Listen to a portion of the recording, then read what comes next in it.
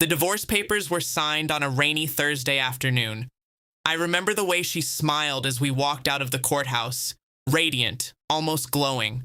Not with happiness, I told myself, but with freedom. 3 years of marriage dissolved in a few minutes. 3 years of arguments, betrayals, and mistrust, all erased with signatures on a piece of paper. I didn't follow her afterward. She had moved across the city, restarted her life, and so had I. I focused on work, my friends, and rebuilding my sense of self. I didn't date seriously. I didn't need to. I was learning to enjoy my own company. Then, 3 years later, life had a strange way of weaving paths back together. I was at a friend's anniversary party, a rooftop gathering, soft music, laughter, and champagne flowing.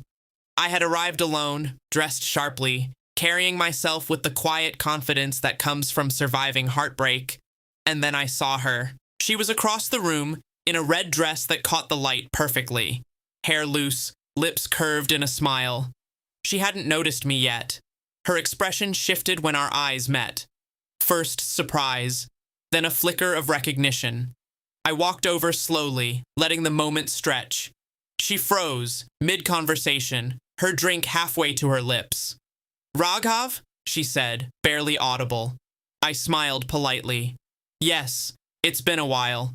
Her face paled slightly. I could see the panic behind the composed exterior. She was glowing again, but this time it was different. Less freedom, more uncertainty.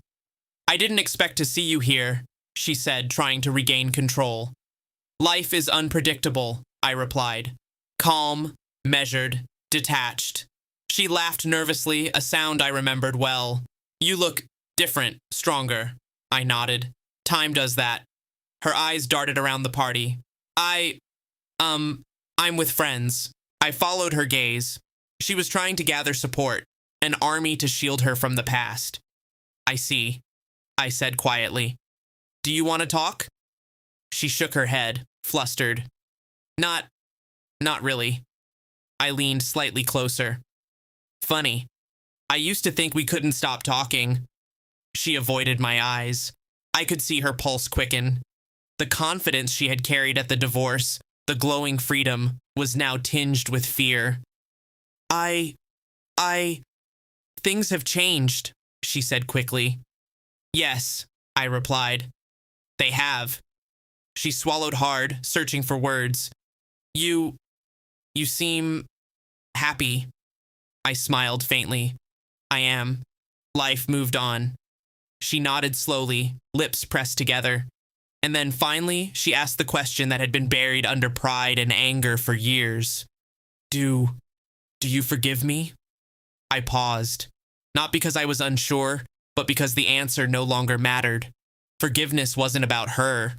It was about me. "I don't need to forgive," I said quietly. "I learned. I moved on. That's enough."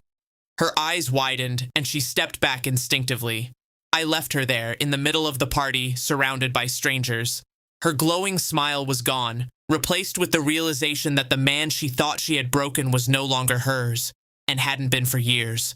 Sometimes revenge isn't anger. Sometimes it's simply living well.